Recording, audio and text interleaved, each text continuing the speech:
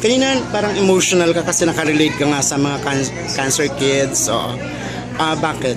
Kasi yung, di ba, katulad ng sinabi ko na yung nanay ko before na may sakit, cancer din, colon cancer. Parang nakaka-relate ako sa kanila, sa mga nararamdaman nila. Hindi kasi biro din talaga yung may cancer.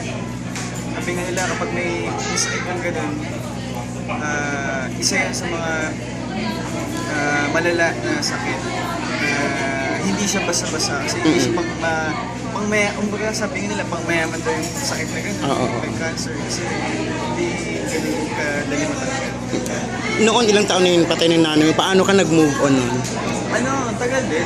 Siguro mga, kahit ilang ngayon naman, hindi pa rin naman ako nakaka-move. Kasi, pero masaya na ako, kasi paano, wala na siya. I mean, okay na siya ngayon, masaya na siya ngayon, at least babantayan niya ako. Saka masaya na ako. Kung may mga mensahe ka sa bata, anong gusto mo iparating sa kanila? Siguro, gusto ko magawa nila yung gusto nilang gawin. Hanggang bata sila. Kahit na may sakit sila, basta gusto ko lang masaya sila. Sana laging mag-pray sila kay God. Kaya yung health nila. Kasi